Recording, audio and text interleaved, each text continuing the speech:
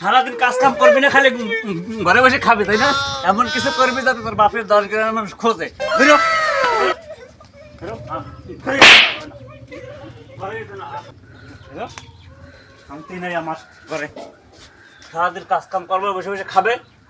হ্যাঁ, শালায় দিছি আজ খেতাইয়ে, কাজ করবে না, কাম ধরবে না, খালি ঘরে বসে খাবে। কইছে এমন কিছু করবে যাতে তোর বাপের 10 গ্রামের মানুষ খোঁজে। বলেন কি? হ্যাঁ, মাথাটাই খারাপ করে দিছে আমার। চাচা আপনার ছেলে কোথায়?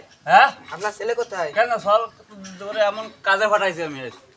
আপনার ছেলে পাশের বাড়ির ওই যে সকিনারে নিয়ে পালাইছে আজকে রাত। হ্যাঁ, পাশের বাড়ির সকিনারে নিয়ে আজকে আপনার ছেলে পালাইছে।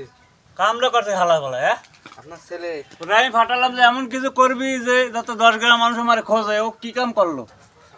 আমার তো এখন বাড়ি থার কায়দা নেই, এখন কোন দিকে যাবো? হ্যাঁ, কামটা করলো করে কোয়া নে। ও তোরা দেখছো কোয়া নে? না আমরা দেইনি, আমরা আর ওইটা খুঁজে শালা ফলারে এমন কাজ করতে কইছে যে কাজে করলে 10 গ্রামের মানুষ আমার খোঁজবে। ও শালা পাশের বাড়ির আবুল মেয়ের মাইয়া সকিনা নিয়ে ভাগিয়ে গেছে। কও কি কাজটা করলাম? তো ঘরেই থার কায়দা নেই, কোথায় যাবো কও? আমার তো আব্বা আব্বা সালাম করো, সালাম করো। হ্যাঁ, কিরা তুমি কিরা? আব্বা তোমার বৌমা।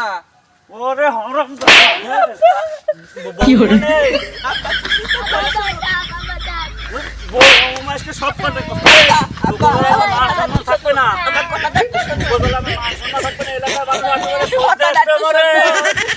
সালিশি বসাবে।